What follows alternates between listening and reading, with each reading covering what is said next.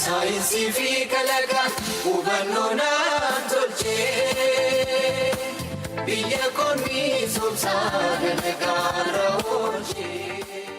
Agarsiisa kalaqaa fi saayinsii guyyoota lamaaf turu kana irratti barsiisonni fi barattoonni dilee kan fedhii addaa fi kan barnoota ga'eessotaa barataa jiran 3,700 ol ta'an kalaqa isaanii qabatanii dhiyaataniiru. Sagantaa kana irratti haasaa kan taasisan kantiibaan magaalaa Finfinnee Aadde Adaanach Abeebee barsiisonnii fi barattoonni kalaqa isaanii akka beeksifatanii fi sammuuwwan waa uuman akka baay'atan taasisuu kaayyoo jedhu qabatee sagantaa qophaa'e ta'uu dubbatan. ተማሪዎች መምህራን የፈጠራ ስራቸውን barattoonni fi barsiisonni hojii kalaqa isaanii gara addabaabayitti baasanii kan itti agarsiisan hojii kalaqa isaanii akka hin dhokanne caalaatti barsiisuuf muuxannoo isaanii hojii isaanii beekumsa isaanii yaada isaanii kanneen birootiif kan itti qoodan miira dorgommii uumuudhaan kalaqa caaluu fi sammuun waa uumu akka baay'atuuf kan qophaa'e sagantaa guddaadha. Hojiin kamuu xiqqaa irraa eegala xiqqaa guddisuun sadarkaa olaanaa irraan ga'uun ni danda'ama. Muuxannoon addunyaas kanuma agarsiisaa kan jedhan kantiibaa Adaanach kalaqa barattootaa fi barsiisota agarsiisaaf dhiyaatan kana yoo guddisnee fi baay'isnee bu'aa guddaadhaan gara fuulduraatti nu imalchiisu jedhaniiru. Har'a biyya keenyaaf namoota muraasa kalaqaa fi saayinsiin rakkoo furantu barbaachisas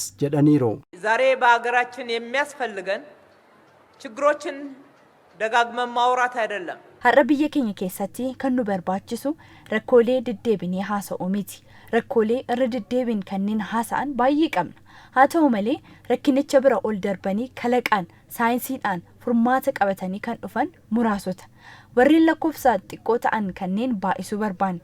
Barattoonni keenya barsiisonni rakkoo irra dabarree akka imalluuf rakkinootaaf furmaata akka soqnu furmaata maddisiifne ammoo gara bu'aatti jijjiirree badhaadhina biyya keenyaaf galteewwan hedduu qabannee akka dhufnutu nurraa eegama. Paarkiin Araadaa sagantaan kun keessatti gaggeeffames bu'aa hojii kalaqaa akka ta'e kantiibaa Adaanach kaasanii yeroo ammaa kana paarkichi madda beekumsaa iddoo qorannoo fi bakka qalbii turistootaa booji'u ta'uusaas dubbataniiru.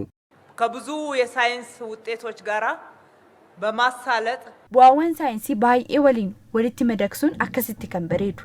Har'a turistoonni kan daawwatan barattoonni dhufanii kan itti qorannoo gaggeessan barsiisonni caalchisanii bu'aa qabeeyyii ta'uun barattoota isaanii kan itti barsiisan iddoo beekumsoota gurguddoo itti argatanii fi itti guddifatan ta'uu danda'eera. Warreen kalaqa isaanii agarsiisaa fi irraa akka baratamuuf fidanis hojii isaanii kana fooyyessuu fi bu'a qabeessa akka ta'uuf caalchisanii yoo hojjetan rakkoo furuu qofa osoo hin taane badhaadhina biyya keenyaa mirkaneessuu keessattis qooda mataa isaanii ni ba'atu jedhan kantiibaa Adaanach.